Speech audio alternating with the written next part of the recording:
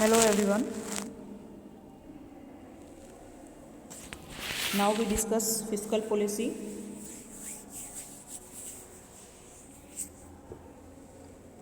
Economy में access demand और deficit demand दोनों को करेक्ट करने के लिए दो पॉलिसी यूज़ की जाती हैं. First is fiscal policy and second is monetary policy.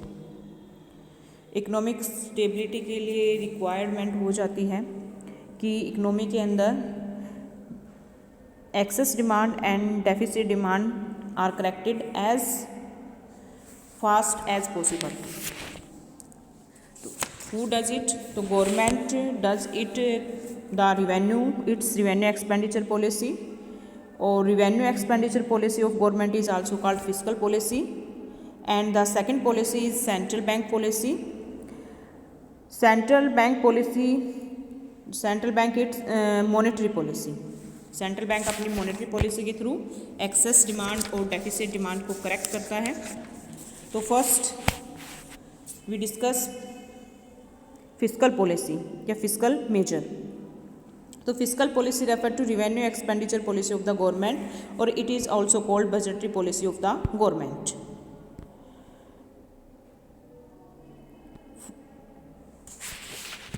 It focus on stability of the economy by correcting the situation, excess demand and deficit demand या inflationary gap and deflationary gap. तो components of the fiscal policy.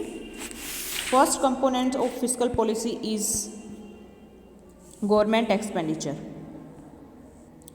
First components or important components of fiscal policy is government expenditure. तो government of a country incur various types of expenditure like expenditure on public work program such as construction of road, dams, bridges, etc. Expenditure on education and welfare program, expenditure on defense of the country and the maintenance of the law and order, expenditure on various type of subsidy to the producers with a view to increase production. Types यहाँ पर कि government जो expenditure करती है उसके बारे में discuss किया गया है कि गवर्नमेंट जो है वेरियस टाइप ऑफ एक्सपेंडिचर हैं मेनली इसके अंदर जो इंक्लूड किए जाएंगे. तो गवर्नमेंट कहाँ कहाँ एक्सपेंडिचर करती है. जो गवर्नमेंट के प्रोग्राम हैं public work programme, construction of road, dams, expenditure on education and welfare के ऊपर, कंट्री की defence of the country and maintenance of the law and order के ऊपर, और last point expenditure on various subsidy जो producer को provide करती है ताकि प्रोडक्शन को क्या किया जा सके, इंक्रीज किया जा सके.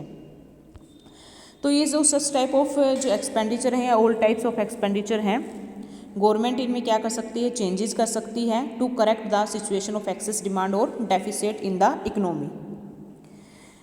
मान लो सपोज करो when there is excess demand in the economy, government expenditure is reduce. Economy में क्या है, aggregate demand is greater than aggregate supply corresponding to full employment level के अकॉर्डिंग अगर हम बात करें तो aggregate demand is greater than aggregate supply. तो इस एग्रीगेट डिमांड को लेस कम करने के लिए गवर्नमेंट एक्सपेंडिचर क्या किया जाता है बेटा, कम किया जाता है. Government expenditure is reduce. अगर गवर्नमेंट एक्सपेंडिचर रिड्यूस होगा तो इट्स मीन इकोनॉमी के अंदर मनी सप्लाई या मनी सप्लाई सर्कुलेशन क्या हो जाएगा, रिड्यूस हो जाएगा. मनी की सप्लाई अगर इकोनॉमी में रिड्यूस होगी बेटा तो इसका मीनिंग क्या होगा कि लोगों के पास इनकम या मनी फ्लो कम है तो वो डिमांड क्या करेंगे, एग्रीगेट डिमांड कम हो जाएगी. और एक्सेस डिमांड है तो उसको हमें क्या करना है, रिड्यूस करना है, डिमांड को डिक्रीज़ करना है. तो डिमांड को डिक्रीज़ करने के लिए गवर्नमेंट एक्सपेंडिचर क्या किया जाए, रिड्यूस किया जाए. सेकेंड सिचुएशन क्या थी, डेफिसिट डिमांड. अगर इकोनॉमी में क्या है, डेफिसिट डिमांड है तो rise in government expenditure as deficit demand के टाइम पे क्या किया जाएगा कि जो गवर्नमेंट एक्सपेंडिचर है उसको राइज यानी कि इंक्रीज़ किया जाएगा. और जो इंक्रीज़ किया जाएगा तो इससे क्या होगा, it is required when liquidity it is act N injection into two the circular flow. यहाँ पर जो अगर गवर्नमेंट एक्सपेंडिचर इंक्रीज़ हम करते हैं तो इसमें government expenditure acts as an injection into the circular flow of income in the economy. Economy के अंदर जो सर्कुलर फ्लो, जो इनकम सर्कुलर फ्लो की हम बात करते हैं, उसमें गवर्नमेंट एक्सपेंडिचर इंक्रीज होता है तो एक्ट करेगा लाइक एन इंजेक्शन। इंजेक्शन का काम करेगा, यानी कि इनकम क्या हो जाएगी, इंक्रीज हो जाएगी। गवर्नमेंट एक्सपेंडिचर का इंक्रीज करने का मीनिंग क्या होगा कि इनकम क्या हो जाएगी, पीपल्स की इंक्रीज हो जाएगी। पीपल की इनकम इंक्रीज होगी तो वो डिमांड इंक्रीज करेंगे, aggregate demand increase rise, and जो डेफिसिट डिमांड है उसको हमें क्या करना था, इंक्रीज करना था। तो डिफ्लेशन की सिचुएशन में या डिफ्लेशनरी गैप है इकोनॉमी के अंदर, उस टाइम पे गवर्नमेंट एक्सपेंडिचर को इंक्रीज किया जाता है। अगर इकोनॉमी में क्या है, इन्फ्लेशन, तो government expenditure is reduced. Next है taxes, second components of fiscal policy, taxes. तो taxes are a compulsory payment made to government by the household. If government increase the tax rate, increase the tax burden on the household, the government reduce their disposal income। Government अगर tax rate increase कर रही है तो it's mean, इसका meaning क्या है कि लोगों की, पीपल्स की जो डिस्पोजल इनकम है वो क्या हो जाएगी बेटा, रिड्यूस। और अगर डिस्पोजल इनकम रिड्यूस तो it's mean aggregate demand is reduce और excess demand is managed. On the other hand, deficit demand की अगर हम बात करें उस टाइम पे, on the other hand by lowering the tax burden the government increase the disposal income of the people, और if disposal income of the household increase it's mean aggregate demand is increase, और aggregate demand is increase it's mean deficit demand is manage. ठीक है, tax rate के through भी government क्या कर सकती है, टैक्सेस के थ्रू भी एक्सेस डिमांड और डेफिसिट डिमांड को करेक्ट कर सकती है। एक्सेस डिमांड होती है उस टाइम पे गवर्नमेंट टैक्स रेट को इंक्रीज करेगी और इससे लोगों की डिस्पोजल इनकम रिड्यूस, और डिस्पोजल इनकम रिड्यूस तो उनकी डिमांड, एग्रीगेट डिमांड क्या हो जाएगी, डिक्रीज या रिड्यूस हो जाएगी। तो ये एक्सेस, और इसके अपोजिट कर देंगे बेटा कि टैक्स बर्डन को वो हाउस होल्ड पे क्या कर दिया गया है, कम कर दिया गया है, तो डिस्पोजल इनकम इंक्रीज, और इफ डिस्पोजल इनकम इंक्रीज तो aggregate demand is also increase. Next है पब्लिक बोरोइंग या पब्लिक डेप्ट, थर्ड कंपोनेंट से ही फिस्कल पॉलिसी का। तो by borrowing from the public the government create public डेप्ट in the situation of deficit demand. अगर हम डेफिसिट डिमांड की सिचुएशन की बात करें तो government reduce it's borrowing from the public, government public से बोरोइंग क्या कर देगी, रिड्यूस कर देगी। इससे क्या होगा बेटा, so that people are left with greater liquidity, तो लोगों के पास क्या होगी, ग्रेटर लिक्विडिटी, और ग्रेटर लिक्विडिटी होगी तो एग्रीगेट डिमांड क्या हो जाएगी बेटा, इंक्रीज होगी, क्योंकि लोगों के पास पैसा ज़्यादा था। Aggregate expenditure remain high. On the other hand अगर हम बात करते हैं when there is a situation of excess demand, economy में सिचुएशन है एक्सेस डिमांड की, तो government step up public borrowing by offering attractive rate of interest. Government public को ऑफर करेगी एट्रैक्टिव रेट ऑफ इंटरेस्ट, तो इससे क्या होगा बेटा, पब्लिक बोरोइंग देगी गवर्नमेंट को, तो पब्लिक के पास जो है लिक्विडिटी रिड्यूस हो जाएगी। लिक्विडिटी, यहाँ पे लिक्विडिटी का मीनिंग बेटा मनी से की बात की गई है, कैश की बात की गई है, और जब अट्रैक्टिव रेट ऑफ इंटरेस्ट मिलेगी तो वो क्या करेंगे, गवर्नमेंट को बोरोइंग्स देंगे। तो पीपल्स के पास, पब्लिक के पास जो बोरोइंग है बेटा वो मतलब मनी जो लिक्विडिटी है वो क्या रह जाएगी, रिड्यूस हो जाएगी।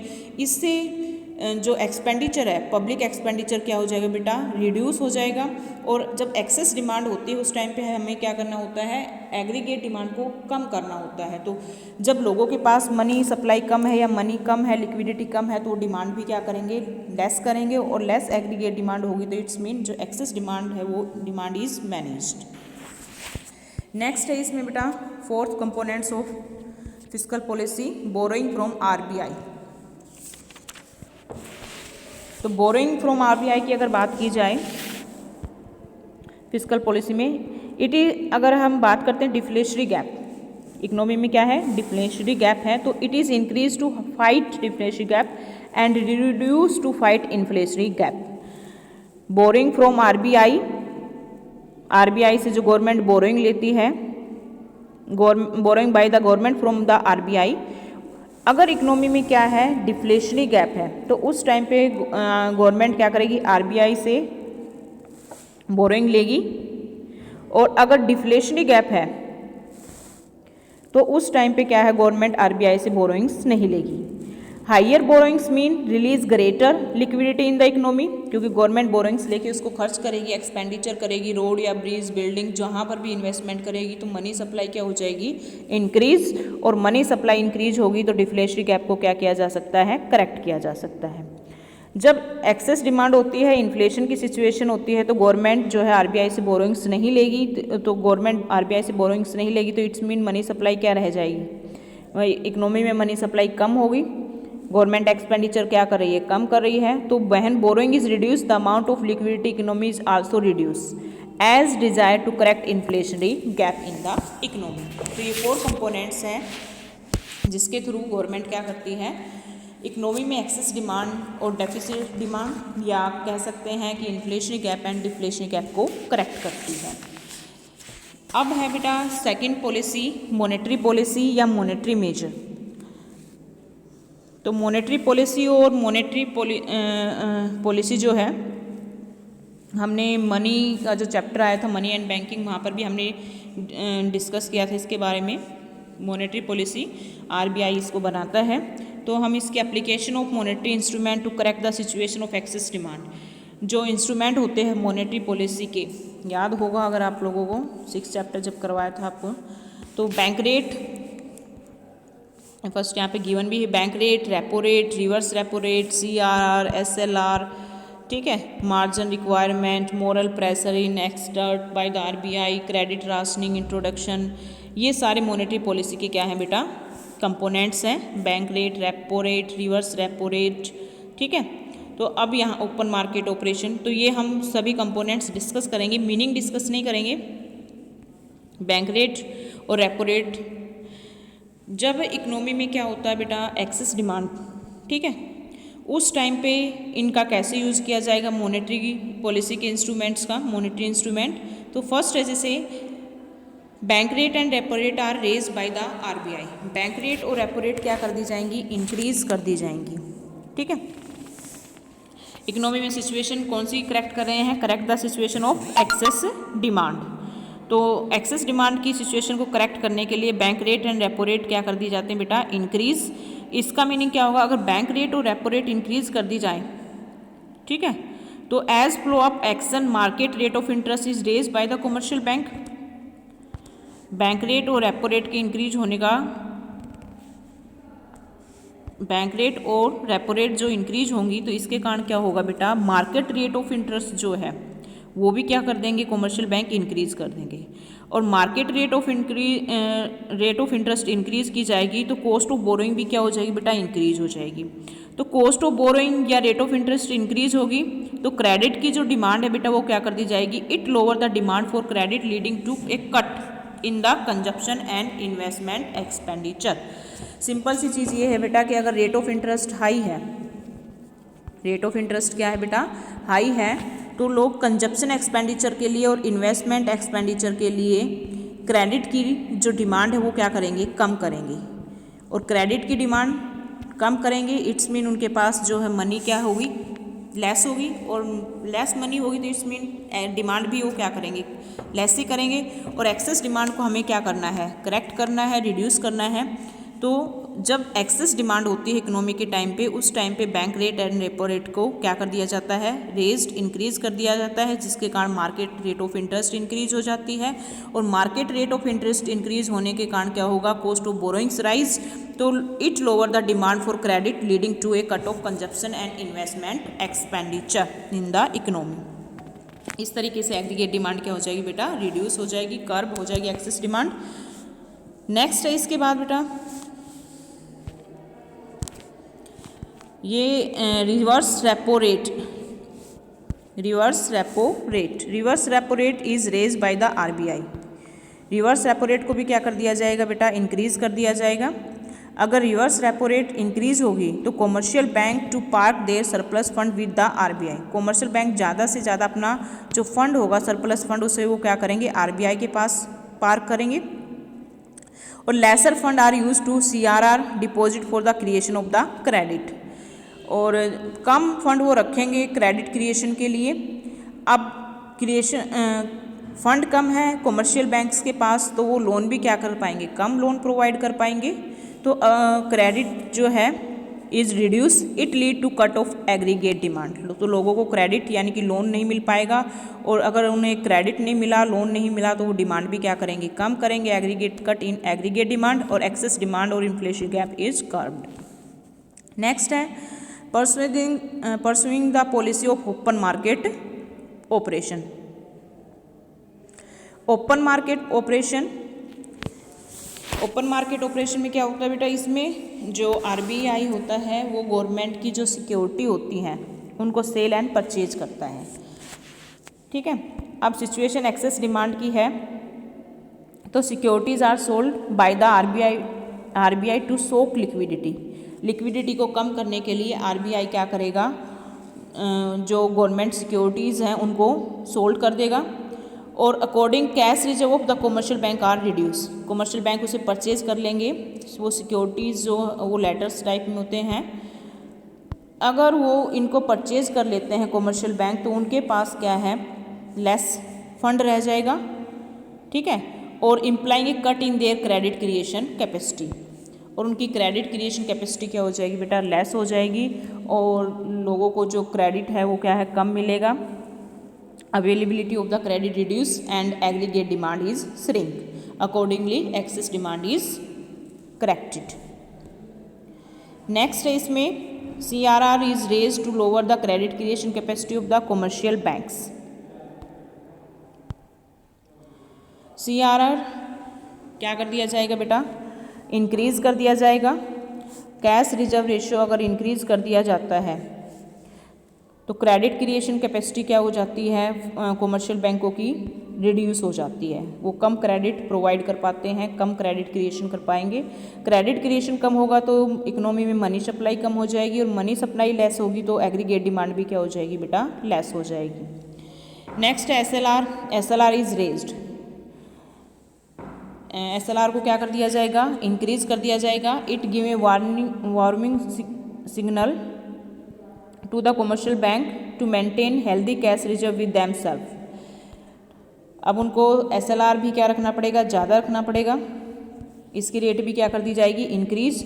तो SLR के इंक्रीज करने से lesser fund are park with RBI as CRR reserve, supply of credit is reduce and aggregate demand is lowered. Healthy cash reserve maintain करने के लिए हेल्दी कैश रिजर्व वो जो SLR अपने पास रखेंगे, मान लो पहले वो 5% था, अब 10% कर दिया जाए, तो इससे क्या हो जाता है बेटा, कॉमर्शियल बैंकों के पास को अपने पास फंड ज़्यादा रखना पड़ेगा SLR के रूप में, और वो उनकी जो क्रेडिट क्रिएशन कैपेसिटी है वो क्या हो जाती है, फिर रिड्यूस हो जाती है। क्रेडिट प्रोवाइड करने के लिए जो फंड था वो उनका क्या हो जाएगा, रिड्यूस। तो कम क्रेडिट सप्लाई होगी, supply of credit reduce and aggregate demand is lowered. Next है मार्जिन रिक्वायरमेंट। मार्जिन रिक्वायरमेंट को अगर एक्सेस डिमांड है तो उसमें मार्जिन रिक्वायरमेंट को क्या कर दिया जाएगा, इंक्रीज कर दिया जाएगा। यानी कि जैसे कि जो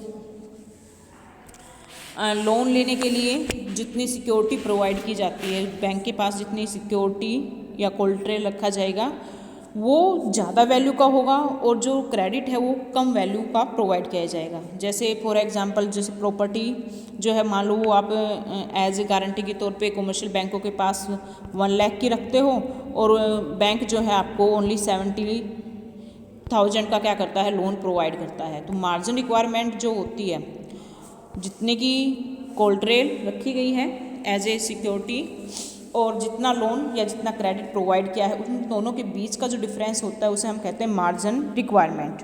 और जब एक्सेस डिमांड होती है उस टाइम पे इस मार्जिन रिक्वायरमेंट को क्या कर दिया जाता है, इंक्रीज। ऐसा इसलिए किया जाता है ताकि लोगों को कम से कम क्रेडिट मिले, और कम लेस क्रेडिट मिलेगा तो इट्स मीन उनका एक्सपेंडिचर भी लेस ही होगा, एग्रीगेट डिमांड भी रिड्यूस हो जाएगी and excess demand is corrected. Next, moral pressure in exerted by the RBI। RBI क्या करता है, कॉमर्शियल बैंक्स को मोरली प्रेशराइज करता है कि वो क्या करें, लोगों को कम से कम क्या करें, क्रेडिट प्रोवाइड करें। On the commercial bank to be selective and strict in lending when aggregate demand needs to be curbed to correct the situation of excess demand। जब एक्सेस डिमांड की सिचुएशन होती है उसको करेक्ट करने का जब time होता है तो कहीं ना कहीं आरबीआई कमर्शियल बैंकों को कहता है कि सिलेक्टिव एंड स्ट्रिक्ट लैंडिंग होनी चाहिए। नेक्स्ट उसके बाद क्रेडिट राशनिंग इज इंट्रोड्यूस। इसमें क्या किया जाता है, prescribing the credit limit for different sector of the economy. Different sector of economy के लिए क्या किया जाता है, प्रेस्क्राइब कर दिया जाता है कितना क्रेडिट उनको दिया जाएगा डिफरेंट सेक्टर्स के लिए। This restrict the availability of the credit according to AD is lowered and excess demand is corrected. Briefly, dear money policy is pursued to curb the excess demand. तो ये monetary policy की components या monetary instrument थे जिनके through क्या किया जाता है, एक्सेस डिमांड को करेक्ट किया जाता है। तो यहाँ पे आप लोगों ने कॉमन चीज़ देखी होगी कि जब एक्सेस डिमांड होती है बेटा उस टाइम पे बैंक रेट है, रेपो रेट है, रिवर्स रेपो रेट है, ठीक है, और CRR है, SLR है, ठीक है। मार्जिनल रिक्वायरमेंट की भी अगर हम बात करें, और ये सारे पॉइंट्स आप देखोगे इनमें सभी को क्या किया गया है, इंक्रीज़ किया गया है, ठीक है। एक्सेस डिमांड है, इन्फ्लेशनरी गैप होता है, जब इन्फ्लेशनरी गैप होता है तो इन सभी को क्या किया जाता है, इंक्रीज़ किया जाता है। आप जब डिफ्लेशन की सिचुएशन के बारे में देखोगे तो इन सभी को क्या किया जाएगा, डिक्रीज़ किया जाएगा। ये कॉमन पॉइंट्स होते हैं इसके, ठीक है। तो नेक्स्ट हम अब डिस्कस करेंगे application of monetary instrument to correct the situation of the deficit demand. देखो, डिफ्लेशनरी गैप होता है या डेफिसिट डिमांड होता है, उस टाइम पे डिमांड को क्या करना होता है, इंक्रीज़ करना होता है, ठीक है। तो डिमांड इंक्रीज़ करने के लिए मॉनेटरी पॉलिसी या मॉनेटरी इंस्ट्रूमेंट यूज़ किए जाएंगे। तो यहाँ पे जो मॉनेटरी इंस्ट्रूमेंट है, जैसे अब हम डिमांड को क्या करना है, इंक्रीज़ करना है, तो ये बिल्कुल अपोजिट है। जैसे एक्सेस डिमांड में हम जो चेंजेस किए थे उनको अपोजिट कर दो, वो किसके बन जाएंगे, इंस्ट्रूमेंट आपके जो डेफिसिट डिमांड है, तो डेफिसिट डिमांड को करेक्ट करने के मॉनेटरी इंस्ट्रूमेंट माने जाएंगे वो। तो जैसे हमने इन्फ्लेशनरी गैप में देखा था एक्सेस डिमांड में कि बैंक रेट, रेपो रेट ये क्या किए गए थे, इंक्रीज़। यहाँ पे जब डेफिसिट डिमांड होती है तो इनको क्या कर दिया जाता है बेटा, लोअर कर दिया जाता है, रिड्यूस कर दिया जाता है, ठीक है। तो bank rate and repo rate are lowered और कॉस्ट ऑफ क्रेडिट क्या हो जाएगी बेटा, रिड्यूस। और कॉस्ट ऑफ क्रेडिट रिड्यूस होगी तो लोगों को जो availability of credit is increase. लोग अगर रेट ऑफ इंटरेस्ट कम हो जाएगी, सिंपल सी वही चीज़ें हैं। अब bank rate and repo rate को क्या किया जाएगा, रिड्यूस किया जाएगा। तो रेट ऑफ इंटरेस्ट वो क्या, मार्केट रेट ऑफ इंटरेस्ट भी क्या हो जाएगी बेटा, रिड्यूस हो जाएगी। Market rate of interest reduce होगी तो लोग ज़्यादा से ज़्यादा क्या करेंगे, कंजप्शन एक्सपेंडिचर और इन्वेस्टमेंट एक्सपेंडिचर के लिए क्रेडिट की डिमांड करेंगे और क्रेडिट भी इंक्रीज हो जाएगा। Repo rate next, reverse repo rate. Reverse repo rate क्या कर दी जाती है, लोअर्ड कर दी जाती है। तो कमर्शियल बैंक जो है अपना सरप्लस का जो फंड है वो आरबीआई के पास पार्क नहीं करेंगे। इसके क्या होगा कि जो कमर्शियल बैंकों के पास फंड क्या होगा, ज़्यादा होगा क्रेडिट फंड, और ज़्यादा से ज़्यादा लोगों को क्या कर पाएंगे, क्रेडिट प्रोवाइड करेंगे। ज़्यादा क्रेडिट क्रिएशन होगा तो इट्स मीन एग्रीगेट डिमांड भी क्या हो जाएगी, इकोनॉमी के अंदर हाइयर हो जाएगी। नेक्स्ट है थर्ड पॉइंट, सिक्योरिटीज़ क्या कर ली जाएंगी, आरबीआई कमर्शियल बैंकों से सिक्योरिटीज़ परचेज कर लेगा तो कमर्शियल बैंकों के पास कैश इंक्रीज हो जाएगा, और कैश इंक्रीज तो क्रेडिट क्रिएशन इंक्रीज, और क्रेडिट क्रिएशन इंक्रीज तो एग्रीगेट डिमांड भी आल्सो इंक्रीज। CRR की रेट को लोअर कर दिया जाएगा, increase in the supply of credit. SLR को भी लोअर कर दिया जाएगा, enhance credit creation capacity of the commercial bank. Margin requirement को लोअर कर दिया जाएगा to raise the availability of the credit. और moral pressure is build on the commercial bank to liberal. अब मोरल प्रेशर नहीं होगा, अब उनको क्या कर दिया जाएगा, फ्रीडम दे दी जाएगी, वो जितना चाहे लिबरल इन लैंडिंग, जितना चाहे क्रेडिट क्रिएशन कर सकते हैं। और credit rationing if already in force it withdrawn to enhance the availability of credit. जो क्रेडिट राशनिंग है उसको भी क्या कर दिया जाएगा, मतलब it is already in force withdraw, इनको इसको भी समाप्त कर दिया जाएगा कि ज़्यादा से ज़्यादा लोगों को क्या है, क्रेडिट प्रोवाइड किया जाए। अगर ज़्यादा क्रेडिट क्रिएशन होगा, higher credit creation mean higher aggregate demand in the economy. So deficit demand problem is correct. Through monetary policy and physical policy. Next difference between the monetary and physical policy, तो दोनों policy हम discuss कर चुके हैं, तो ये आप यहाँ से लर्न कर लेना इस चीज़ को। ओके, और अगर आपको कंसेप्ट क्लियर हो रहे हैं, वीडियो सही लग रही है, तो चैनल को सब्सक्राइब भी कर लें, क्योंकि अदर चैप्टर्स की भी वीडियो है मेरे चैनल पे। और चैनल को सब्सक्राइब करें और वीडियो को लाइक ज़रूर करें।